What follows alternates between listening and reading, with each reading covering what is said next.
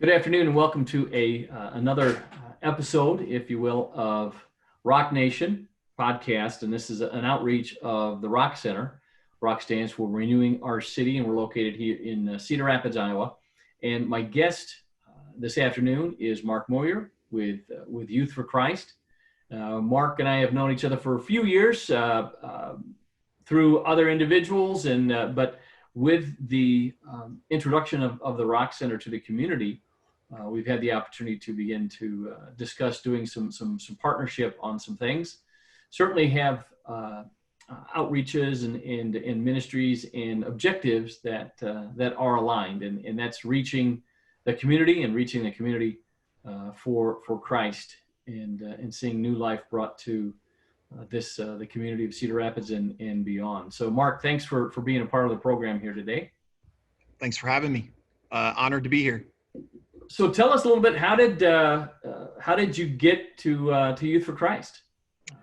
Yep. So you guys will pick up through my conversation with you, Steve. You'll hear some y'alls because I'm not from Iowa, or I guess some people could say they're from Southern Iowa. So maybe that's that's right. Yeah. So in 2007, God led my family and I up here. I was a youth pastor prior and was at a church that went through a split, like over a building. It's kind of crazy. And I was fairly young, like just coming out of Bible college. And so I was like, ooh, what did I get into? And God just had a different purpose for me. And I applied for a job up here in Cedar Rapids, and I worked for Adidas. I became their production manager. And when I first moved up here, Steve, like it was the second week we were here, the first person I met was a volunteer with Youth for Christ.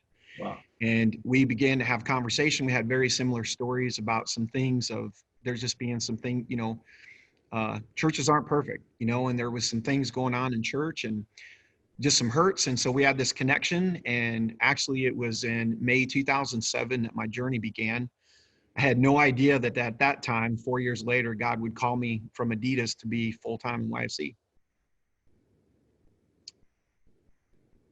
A lot of what some of what we were talking about a little bit before, and maybe there are individuals that aren't familiar with YFC. So let's start there. Let's start with a description of what Youth for Christ is, its mission, its purpose. Yeah. Thank you. So Steve, Youth for Christ has been around for 76 years this year. And our first paid employee was the Reverend Billy Graham, and he preached his first message 76 years ago in Chicago, Illinois. From the start, we have a saying, anchored to the rock, geared to the times. Youth for Christ exists to pursue and engage lost kids with the gospel message of Jesus Christ, in hopes that by taking the gospel to them, that it will save them for eternity, but also change the trajectory of their life, where they become a lifelong follower of Jesus and where they give back and impact the culture of their communities.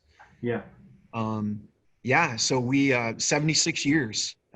We're an international organization, and about 180 Youth for Christ chapters in America. And then I said, like, we're all throughout the country. What has Youth for Christ been doing right now up into the community? I know we've got city life and campus life, and so what are some of the things that Youth for Christ does in the community, and what opportunities are there for the community? Yeah, you mentioned a couple of our ministry outreaches. Campus life, just real briefly, is we actually go into schools, believe it or not. People kind of get surprised by that, but we actually go into schools, and I want to be clear, before or after school, and we do clubs, and we go and build relationships with kids in order, and so that we can be an encouragement in their life. And so campus life is like a school specific, right? We target a school and we try to make a positive impact with the gospel on the school. You mentioned city life. City life is more of an urban neighborhood focus, where we try to integrate into the community. And what our whole desire with that is to raise up indigenous leaders that don't, oftentimes, we find that sometimes in the inner city, in those ministry, kids get saved and then they leave. And really what you need is them to get saved and stay, right? Because for God to use their life to make a transformation. And so that's our City Life ministry. We have a few more, but we can save those for another time because we actually do quite a few. But you mentioned those, and so we have campus lives right now in Vinton, Cedar Rapids, Delaware County, multiple sites in Cedar Rapids. And then our City Life, we're so looking forward to partnering with the ROC Center. And Yes.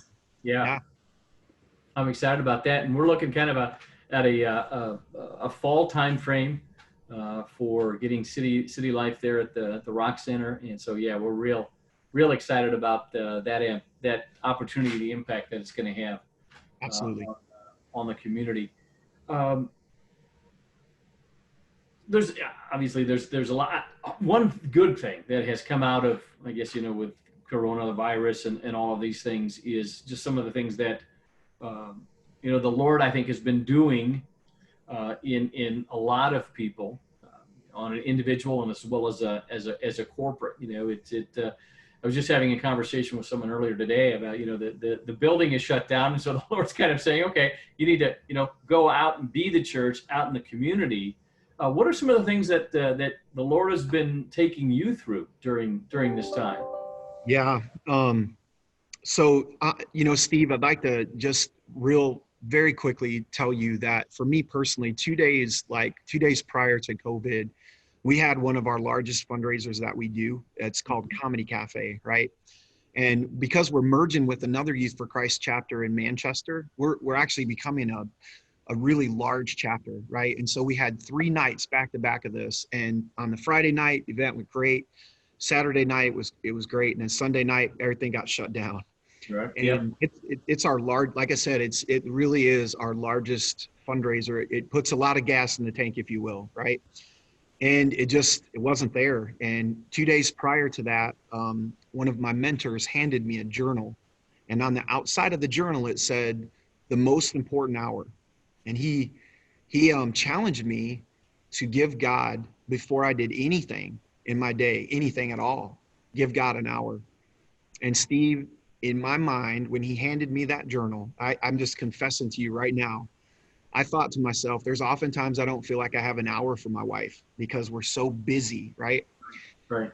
That Monday, when we were counting what came in on Sunday night and making deposits, it was laying on my desk. And I took it out of the package and opened it up. And this is the first thing I read. Priorities are what we do. Everything else is talk. Mm-hmm.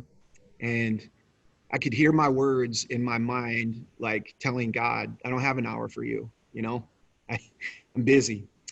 And man, I'm so happy to tell you today, I'm on day 59 of every day giving God that first hour. Mm-hmm. And man, as much as I'm excited about our partnership, Youth for Christ and all that stuff, I've never been so excited about my relationship with Jesus. Yeah. And it makes everything, that relationship just overflows into everything and just makes it awesome. I hate all the loss, but the pause that God gave because of the coronavirus, I don't ever want to be the man I was 60 days ago or 59 days ago again. Hurried and rushed, and my marriage is just vibrant. So I really want to just brag on Jesus and anybody that listens that that challenge that was given to me. What would it look like if you gave your first hour to God every day? Mm-hmm. So thanks for letting me say that. What YFC had to do, what we had to pivot from because of the coronavirus, is we had to get really creative with this right here, like video. Yeah. Some of the things that we just we're still concerned about is a lot of the kids we reach, they don't have access to some of this, and Steve, the truth is, in our community, some kids being locked at home with their parents, it's not Mm-hmm. good, Right. unfortunately. So we've done we can. We took some care packages out. We delivered toilet paper. I never thought I'd ever see that as an outreach. And so, yeah, and we're just, we're slowly starting to, to open up. But, during that process, as you and I are talking about before we went live, God decided to give YFC a building in a pandemic. And he is just sending resources. And so just, to me, it's so like God, isn't it? When it seems like everything should not go that way, God just shows up. Mm-hmm. So If individuals wanted to find out a little bit more about Youth for Christ, what's the best way for them to reach out or to find out information? yeah, honestly, I feel like our website or our Facebook page, our website's, it's heartlandyfc.org. They can find out tons of information about us, or you could go on our Facebook page, same thing, Heartland Youth for Christ Facebook page. And yeah, there's, we just, during this pandemic, we redid all of our stuff, our like social media and everything. And there was, again, Steve, there's so many cool things that came out of this that really was a benefit for us. It was like a reset, if you will, you know? And so if people wanted to know, they can do that. And like I said, there's tons of information out there about us. And I think that'd be a great way for them to connect with us. I know that there's a lot of power in stories, and I know you ascribe to that as well. Are there some stories that you can share with us here? Just those transformational stories. I know there is, but I guess I'm saying, will you? Not asking you are there, but will you share? Yeah, see, the older I get, I go through this thing I call menopause, and I'm like, Steve just wants me to cry. That's what he wants me to do. I've got a bet to see how quickly I can make Mark cry. Yeah. Yeah. You know what? Let me tell you, I'll tell you a really cool story that it's just so powerful. So Steve, Youth for Christ's mission is to target 11 to 19-year-olds. And we really want to be in that scope, right? We want to be who we are and partner with other people and where they're really good at what they do. And there's a gal that she has 7 children and she lives with her mom. And her name's Tanya. And she last year I brought her son home from camp. And he asked to use my phone, and we were about 30 minutes out or whatever. We just always have and make sure the parents are home when we're dropping them off. Sure. And when we pulled up to their house, he had twin brother and sister that came out, and he's in the 8th grade, 7th grade. And they came out and they said, Mom made you a cake, right? And so the mom comes outside and she's got a cake, and she just, I mean, it was almost like the prodigal return, right? I mean, it was just like a party. And they were reconnecting. She was asking how everything went, and we were talking with them. And what I discovered dropping him off that day was just a couple of things really hit me about that. Was he sleeps with those 7 siblings on the floor because there's not enough room in the house. Mm-hmm. And Steve, most parents aren't like that when we bring their kids home. They wish the kids could go somewhere else, right? Mm-hmm. And as we connected more with his story, we just found out like she was trying to be a realtor, and she had some things happen to her in the past, this over 8 years ago, and she worked her butt off, and she's flipping a house, right, with all these kids, right, by herself. And again, our mission really is to really target the kids, but because of the overflow in her son's life began to spill out on hers.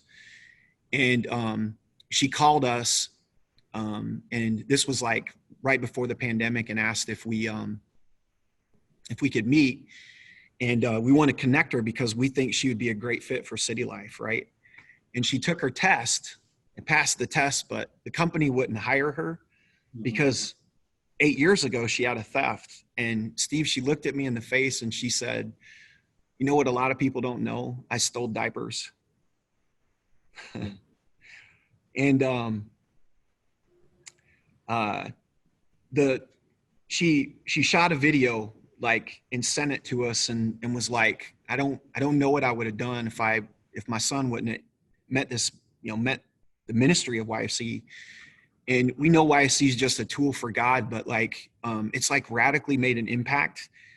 And we wrote a letter of recommendation with the same company.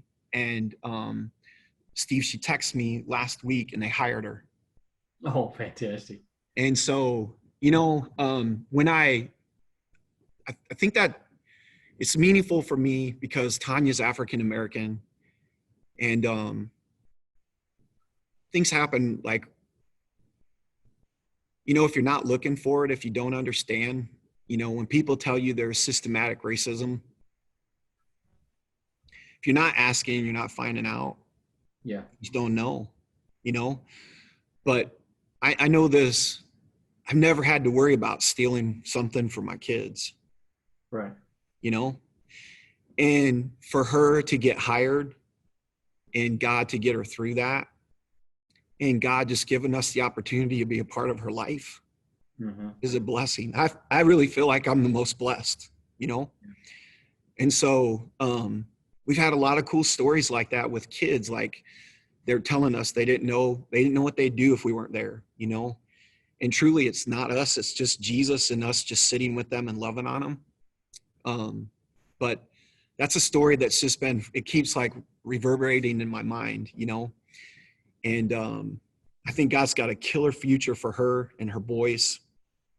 And so thank you for prodding the question and asking. Yeah.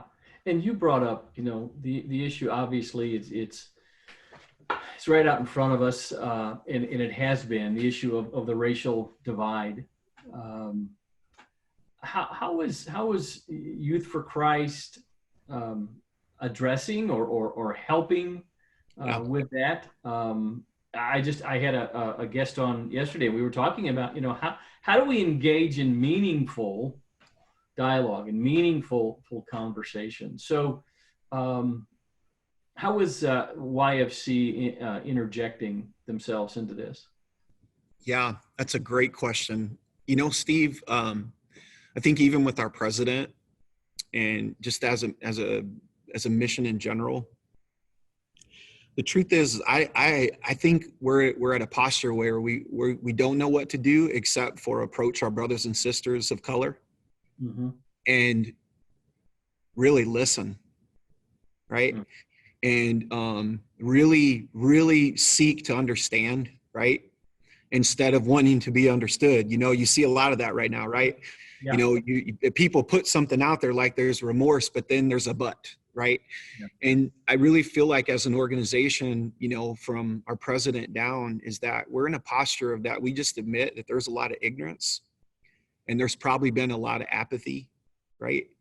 And if we just ignore it, it'll go away because, some of us aren't like that. So, you know what I'm saying? We're like, well, we're not treating someone like that. It doesn't matter, right? But it does matter. And that's really the posture that we're taking, is that we're trying to engage and understand and grow, right? And learn things that we don't know. And I feel like a lot of that is to be educated by our brothers and sisters of color, because they know it, they see it. I mean, they Steve, I'll never forget, like, I don't think I ever told you this, but when New City was merging with Oak Hill Jackson, I went and worshiped at Oak Hill.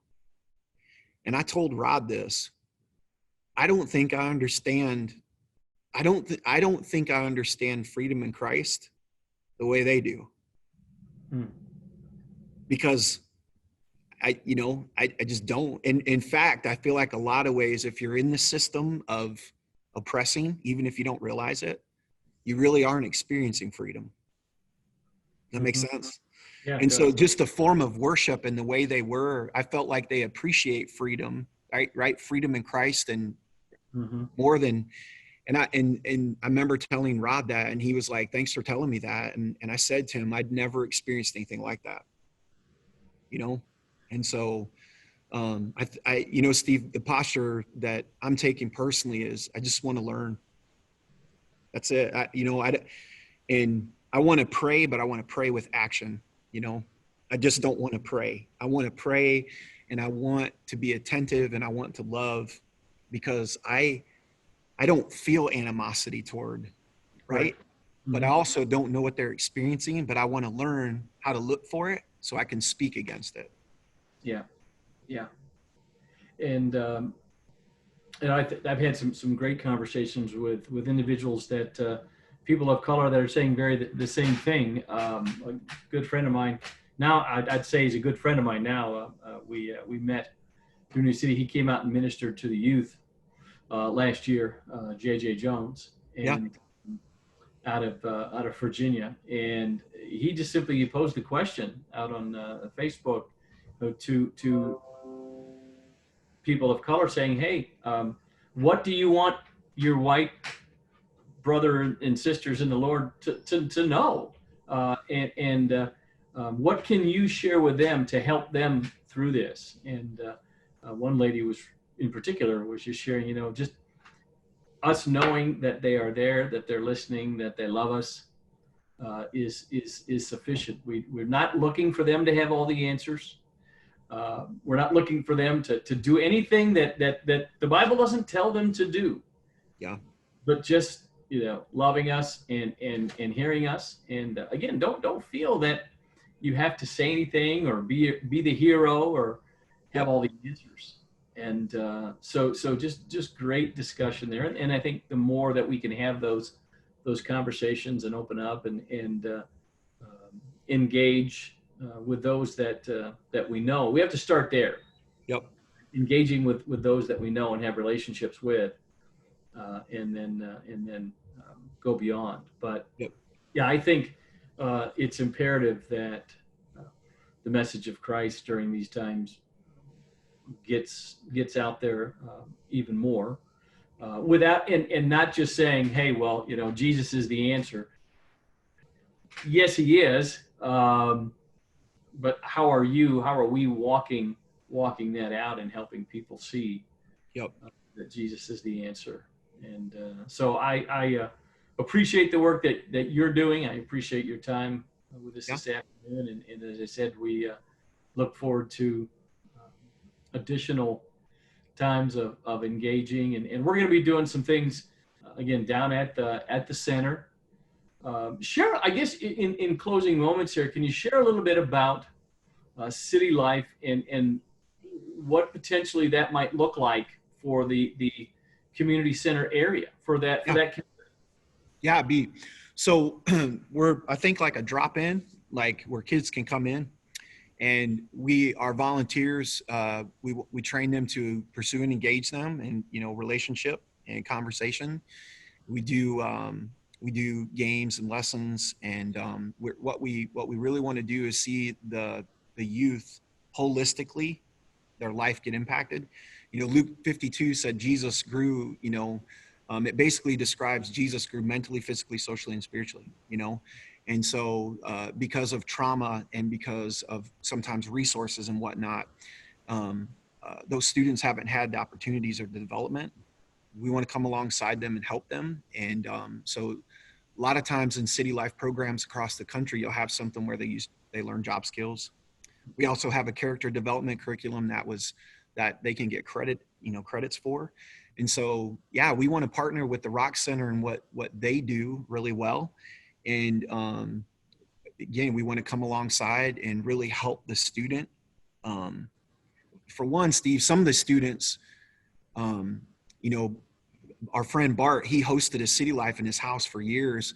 And some students, they just want to have fun, because some of these students, because their parents have to work, they actually become almost a parent at the age of 13. So they don't get to play basketball, or, you know what I'm saying? Or just be a kid and talk with someone about what they're going through. And so we also want that element, right? But we want to teach them not to, to have dignity and right, like the value of to work and, you know what I'm saying, and have a future. But then ultimately it's, what does it look like if they stay in the community and they make a difference? Right. So, right. Yeah. Ultimately. Yeah. Thank you. Yeah. All right. Thank you again for being on our program today and taking the time and sharing from your heart. Yeah. And thank you to all for watching, listening to the ROC Nation podcast, and appreciate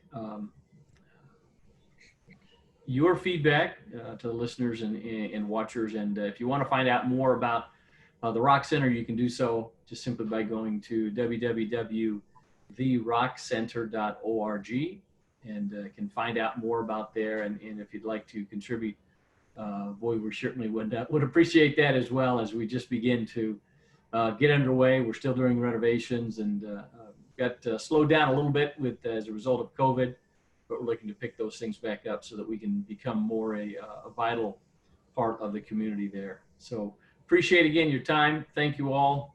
God bless.